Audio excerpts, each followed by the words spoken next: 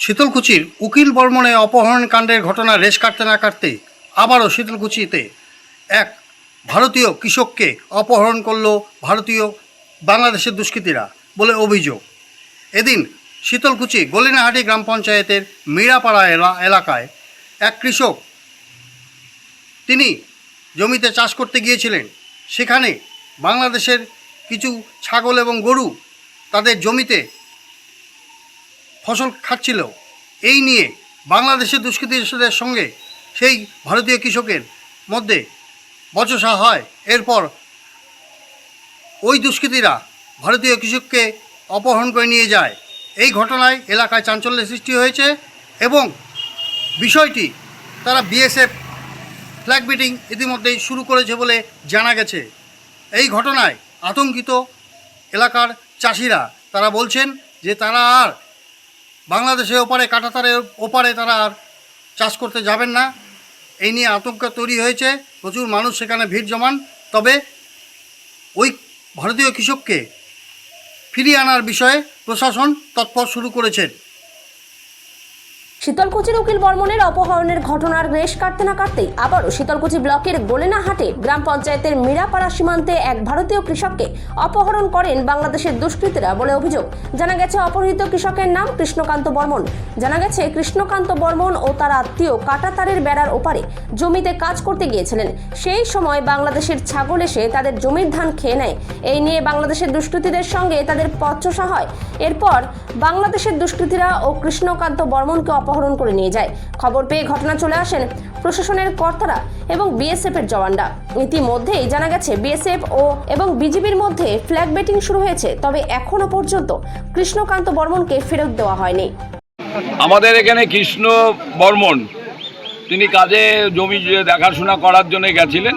ওর একটা অভিযোগ ছিল বাংলাদেশের যে গরু ছাগলগুলো জমিতে লাগিয়ে দিয়ে খেয়ে নেয়, মানে এটা ইচ্ছাকৃতভাবে বাংলাদেশের লোকরা এগুলো করে। এর আগেও আমরা দেখেছি কারো ধান কেটে নিয়ে যায় বর্ষাকালে গরুকে খাওয়ানোর জন্য। তাদের সঙ্গে একটু প্রতিবাদ করেছে ও, কেন তোমরা ছাগল ছেড়ে দাও, গরু ছেড়ে দাও।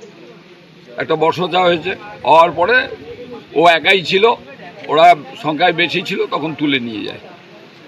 এখন পরিস্থিতিটা এখন যেটা পরিস্থিতি, এখানে বিএসএফের আধিকারিকরা এসছেন এবং একটা ফ্ল্যাগ মিটিং হচ্ছে।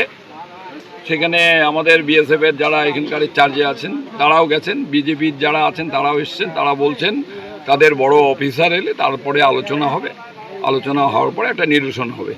মানে এর আগেও তো এরকম উকিল বর্মনের ক্ষেত্রে রাজারবাড়িতে কিছু মাস কয়েক আগে হয়েছিল, একই সেমি ঘটনা হয়ে গেছিল। সেখানে তাকে তুলে নিয়ে গেছিল, পরবর্তীতে তাকে আমরা ফেরত পেয়েছি। এক্ষেত্রে কি চেষ্টা করবেন আপনারা? না, নিশ্চয়ই আমরা তার সেই পরিবারের পাশে থাকবো এবং আমাদের তরফ থেকে যতটা করার আমরা নিশ্চয়ই করব, যদি ওকে আটক রাখে। উকিল বর্মনকে নিয়ে যাওয়ার পর বারংবার ফ্ল্যাগ মিটিং হওয়ার পরও তাকে ফেরত দেয়নি বাংলাদেশের তরফ থেকে। এবারও ফ্ল্যাগ মিটিং হচ্ছে, কি মনে হচ্ছে ফেরত পাওয়া যাবে?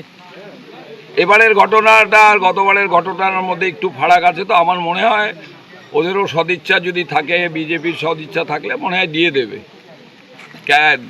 এখনও তাকে নাকি বিজেপির কোনো ক্যাম্পে হ্যান্ড ওভার করেনি। এখানে ওখানকার যাদের মেম্বার আছে, মেম্বারের বাড়িতেই তাকে বসিয়ে রেখেছে, যেটা খবর পেলাম। সেই হিসাবে আমার মনে হচ্ছে গত উকিল বর্মনের ঘটনার সঙ্গে এই ঘটনার হয়তো পুনরাবৃত্তি হবে না বলে আমার মনে হয়।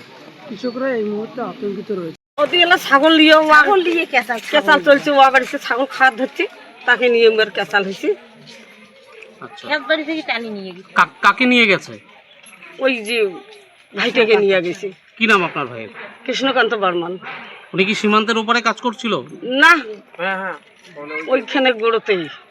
কি করছিল? মানে কাঁটাতারে বেড়ার ওখানেই কাজ করতেছিল? হ্যাঁ হ্যাঁ হ্যাঁ, ওপাশে কাজ করতেছিল? হ্যাঁ। সীমান্তের উপরে না, জমি ছিল সীমান্তের আপনার ভাই? উপরে নাই, ওই নদীর বগলতে জমি ছিল। আচ্ছা, এই যে কাঁটাতার, এই কাঁটাতারের ওই পারে তো আপনার ভাইয়ের জমি? সেখানে কাজ করছিল? হ্যাঁ, সেখানে কাজ করছিল। আচ্ছা, তারপর ওই বাংলাদেশের ছাগল আছে, ওয়া খায়, গরু ওয়া খায়, তর্কাতর্কি, ওই তাকে নিয়ে তর্কাতর্কি নাকি। আচ্ছা, তর্কাতর্কির পর আপনার ভাইকে তুলে নিয়ে গেছে? হ্যাঁ, তুলে নিয়ে গেছে। কারা নিয়ে গেছে? ওই বাংলাদেশের লোকে। ওরা কতজন ছিল? ওরা ওরা 5 জন ছিল 5 জন ছিল। সাথে, আর আস্থার মধ্যে ছিল 10-12 জন। এই টোটাল মনে হয় 15-20 জন ছিল। 15-20 জন। তারপর 15-20 জন ছিল। তারপর নিয়ে গেছি যখন পুলিশ টেবলে এই পাকে বদলি হওয়ার আসে দিচ্ছে ওই টাইমের মধ্যে। আচ্ছা, তো আপনারা কি প্রশাসনকে জানিয়েছেন? হ্যাঁ, জানাইছি। ওই তো জানাছি তো, ওই তো প্রশাসন আসছে? আছে। বিএসএফ কে জানিয়েছেন? বিএসএফ তো আছে, কি বলছে ওনারা, কি বলছে? ওনারা বলছে ইয়ে হবে, তারপরে মিটিং হবে, তারপরে আপনার ভাইয়ের কি নাম? কৃষ্ণকান্ত বর্মন, এই জায়গাটার নাম কি? মিডিয়াপাড়া। আপনার নাম? দিনুবেলা বর্মন। দিনবালা বর্মন। দিনুবেলা বর্মন। আর আপনার ভাইয়ের বয়স কত? ভাই 65 বছর। বাংলাদেশের আমরা ওখানে নেড়াইতেছি, আর আমার মামা নদীর দাদিতে আবার কাজ করতেছে। ওখান থেকে ছাগল আসিয়া খেত খায়, আমরা কথা কইতে আমাকে গালি পাড়িয়ে আমার উল্টাকে আমাকে ধমকি দিয়ে আমার মামাকে ওরা নিয়ে গেল। আমি একটু দূরে ছিলাম, কিন্তু মোটামুটি 1-2 বিঘার মাটি দূরে ছিলাম আমি। আচ্ছা, কারা নিয়ে গেল? বাংলাদেশের লোকে নিয়ে গেল। আর যে ছাগলে ধান খায় বলছেন, মানে কাদের ছাগল এসে ধান খায়? ও বাংলাদেশের ছাগলে আসিয়া আমার ইন্ডিয়ান খেত খায়, ওরই খেত খেয়েছে। আচ্ছা, এটা কি সীমান্তের ওই পারে? হ্যাঁ, সীমান্তের ওই পারে। আপনাদের জমি আছে ওখানে? হ্যাঁ, আমাদেরও জমি আছে। কয় বিঘা জমি আছে? আমাদের আছে 1 বিঘা, মামার আছে মামারও 2 বিঘা হবে। আচ্ছা, আপনারা তখন বাধা দেননি যখন নিয়ে যায়? হ্যাঁ, বাধা করছে, আমরা চিল্লেছিলাম।